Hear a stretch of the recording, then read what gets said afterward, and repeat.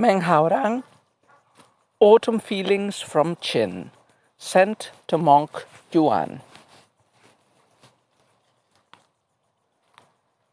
I would find a mountainside to settle on, if only I had a hermit's fortitude. It's not my wish to stay here in the north, when the master I revere is in the eastern forests. As golden cassia burning quickly turns to ash, so my high ideals have crumbled with the years. Day and night the wind blows bitter here. Cries of cicadas deepen the desolation. So here we have another poem by Meng Haoran, and in many aspects this poem is very similar to one we read 2 days ago. If you remember, we read a poem, In the Twilight of the Year I Returned to the South, which was about disillusionment, disappointment. Meng Haoran had failed in achieving an important position in the capital, in passing the examinations, in getting the emperor's respect and recognition, and getting patronage.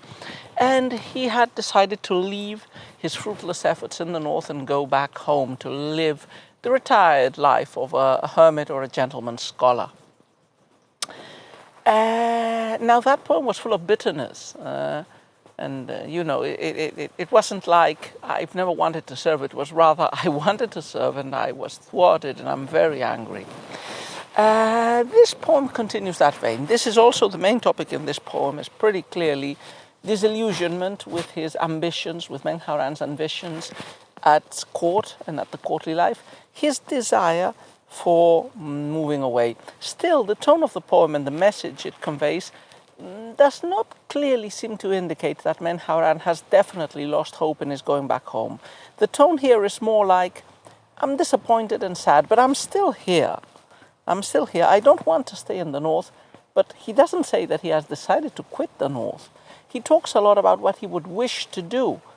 Live in a mountain or visit the eastern forest where his teacher might live. But he clearly states that those are desires, those are wishes, those are not necessarily realities on which he is going to act. So I imagine this poem was probably written earlier than the one we read 2 days ago. This poem expresses the frustration of Meng Haoran at his lack of achievement, but not clearly his intent on quitting, on definitely giving up on his quest for office. Now this poem is sent to Monk Yuan. Monk Yuan was a teacher, or at least one of Meng Haoran's teachers.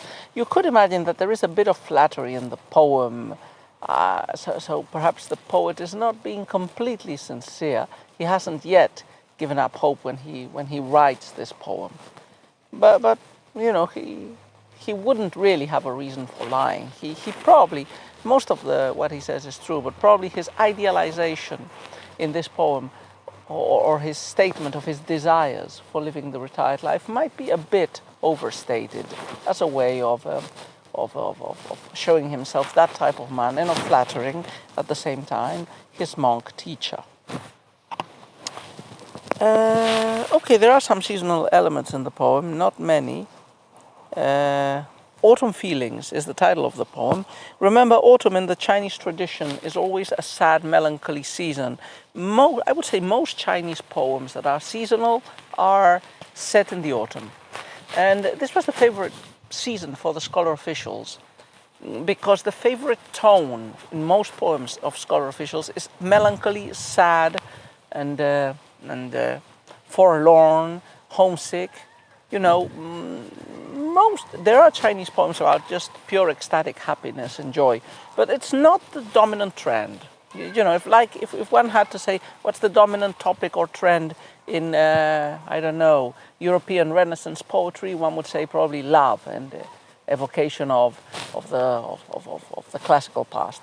In classical Chinese poetry by scholars, the main tone is melancholy, sadness. which can be motivated by parting from friends, by old age, by whatever. But it's sadness. It's always sadness. Sadness is, like for the romantics, it's the adequate posture of the scholar official. Any posture that is not sad and melancholy is unusual. And that plays itself out here as well. Yeah? Autumn, because of its correlations, because of its associations with physical decline, but still with beauty, like the beauty of autumn foliage and the ripening of fruits and cereals, it's still a nice period. It's a period where decline is becoming evident, but it still has its beauty, its melancholy, sad beauty. So setting a text, a poem, in autumn automatically, by borrowing, conveys, reinforces, feeds into a sad and melancholy tone, which reinforces the sad, melancholy tone of the poem's topic, of failure of success at office and desiring to lead a retired life, but not quite convinced or ready to do it. Okay, so as usual, let's go couplet by couplet.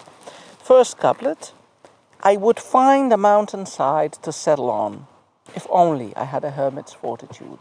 So the first couplet starts with a conditional. Yeah. So I would do this if only that. So this is a wish, but it's not a wish. It doesn't feel as a wish that Haoran is ready to act upon. He says, oh yeah, I would like to lead the retired life in a mountain, choose a mountain for my own and go and live there as a hermit. But, it's tough life being a hermit. I don't have the money for doing it, or I don't have the character for, at the moment at least, assuming that sort of humble, simple, poor life. So I desire it, but at the moment I'm still not in the right mindset to follow up my desire. Second couplet is also about wishes. It's not my wish to stay here in the north, when the master I revere is in the eastern forests. So this is the first parallelistic couplet. So the first couplet stated his wish to retire.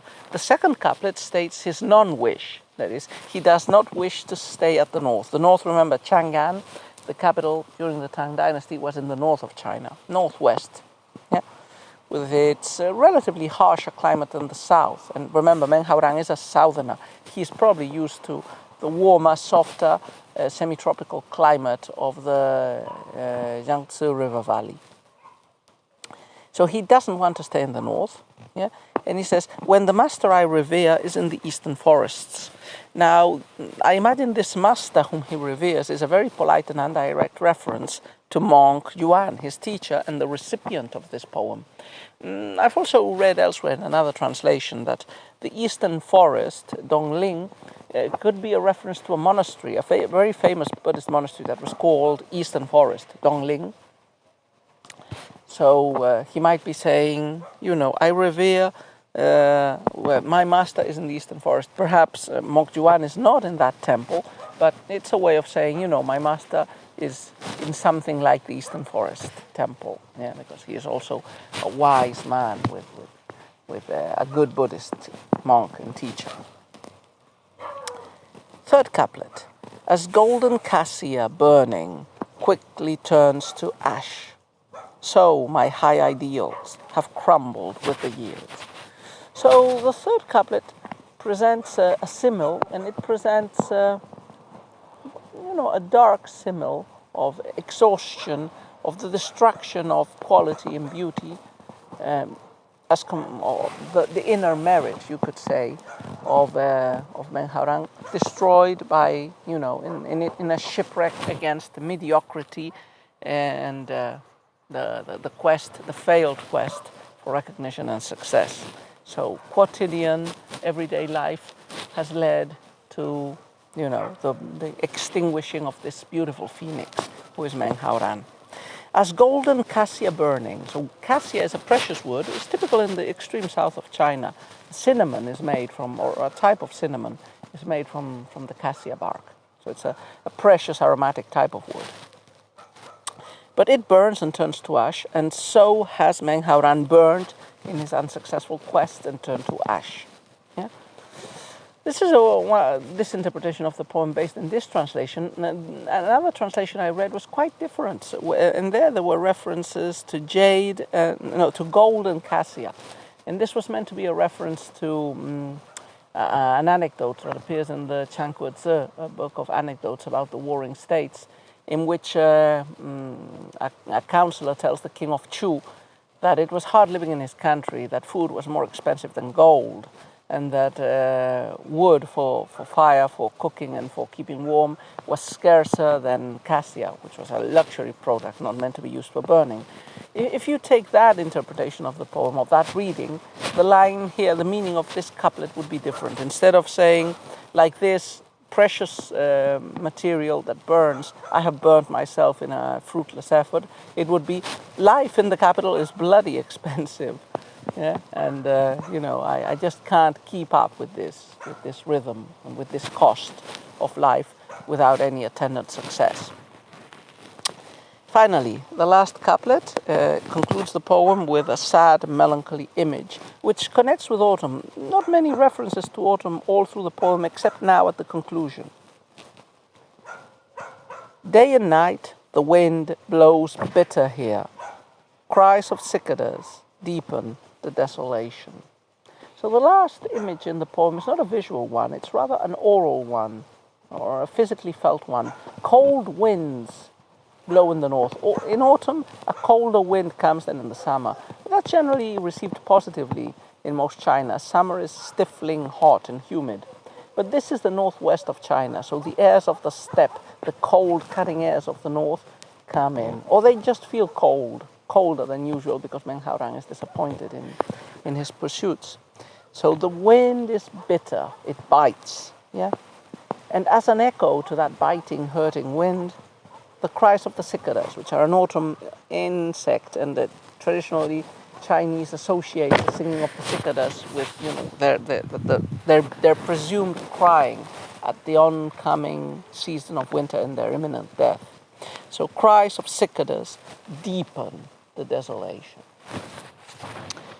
So, sad, melancholy poem in the typical style of sad, melancholy poems in China. In this case, as I said, the topic, frustration at ambitions for office. So, quite a nice poem, and very representative of its type.